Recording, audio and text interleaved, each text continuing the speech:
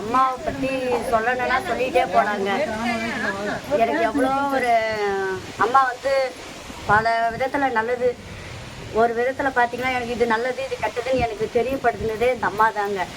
அதனால் இந்த அம்மாவை என்றைக்கும் நீங்கள் மறக்காதீங்க, கண்டிப்பாக வாங்க. அம்மாவோட அருள் என்றைக்கும் நீங்கள் பெற்று நீங்கள் நலமுடன் நல்லபடியாக இருக்கணுங்க. நான் வந்து இப்போ தான் ஃபஸ்ட் டைம் இந்த கோயிலுக்கு வந்திருக்கிறேன். ஆனால் போகிறதுக்கு ஒரு மனம் இல்லாமல் தான் நான் கிளம்பி போயிட்டுருக்கிறேன். கண்டிப்பாக மறுபடியும் எனக்கு ஒரு வாய்ப்பு அந்த அம்மா கொடுப்பாங்க. கண்டிப்பாக நான் வாராகி அம்மா இருக்கிறாலும் திருப்பி நான் வருவேங்க. இந்த நாகபுரத்துக்கு இந்த அம்மா கண்டிப்பாக நான் மறுபடியும் அடுத்த முறை என்னை வர வைப்பாங்க. இப்போ வர வச்சதுக்கு எனக்கு ரொம்ப கோடான கோடி இந்த அம்மாவுக்கும் நாகலட்சுமி வாராகி அம்மாவுக்கும் நாகம்மாவுக்கும் ரொம்ப ரொம்ப ரொம்ப நன்றிங்க. அந்த அலங்காரம் விடிய பண்ணிடுறாங்க, எப்படி பண்ணாங்கன்னு தெரியல எனக்கு. அதை பார்க்கறதுக்கு காலையில் பார்த்தோன்னு எனக்கு அதை வச்சு அந்த அம்மா பக்கத்துக்கு நின்றுருக்கேன். அந்த அம்மாவுக்கு அந்த அருள் வரும்போது எனக்கு வந்து என்ன சொல்கிறதுன்னு தெரியல. ஏன்னா எத்தனையோ வாராய்க்கு போயிருக்கேன், எத்தனையோ பக்கம் போயிருக்கேன், பெருநாய்க்குளைக்கு போயிருக்கேன். இப்போ போன மாதம் வந்து இங்கே போயிட்டேன், உத்தரவாச மந்தைக்கு எல்லாம் போனேன். அங்கே வந்து கூட்டல் நெரிசல் தான் பார்த்தோன்னே இங்கே வந்து அந்த அருள் பார்த்தேன்.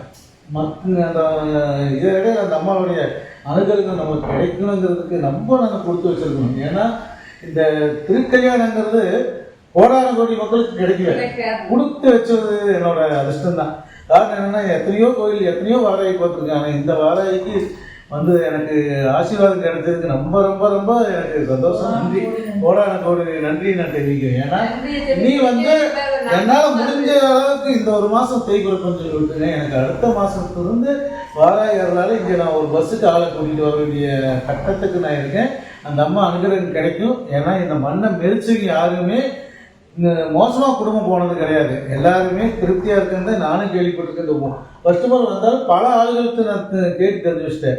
ஏன்னா இந்த மண்ணை மேய்ச்சிட்டு போனேன், நான் இப்படி இருந்தேன். அதாவது ஒருத்தர் சொன்னார், சாக போகிற கண்டிஷன் இருந்தேன், இங்கே இருந்தது இந்த அம்மா தான் ரெடி பண்ணி கொடுத்தாங்கன்னு ஒருத்தர் சொன்னார். அந்த மாதிரி எனக்கு ஒரு அனுபவம் தான் இது. ஏன்னா வந்து வந்தோடனே எனக்கு ரொம்ப திருப்தியாக இருந்துச்சு.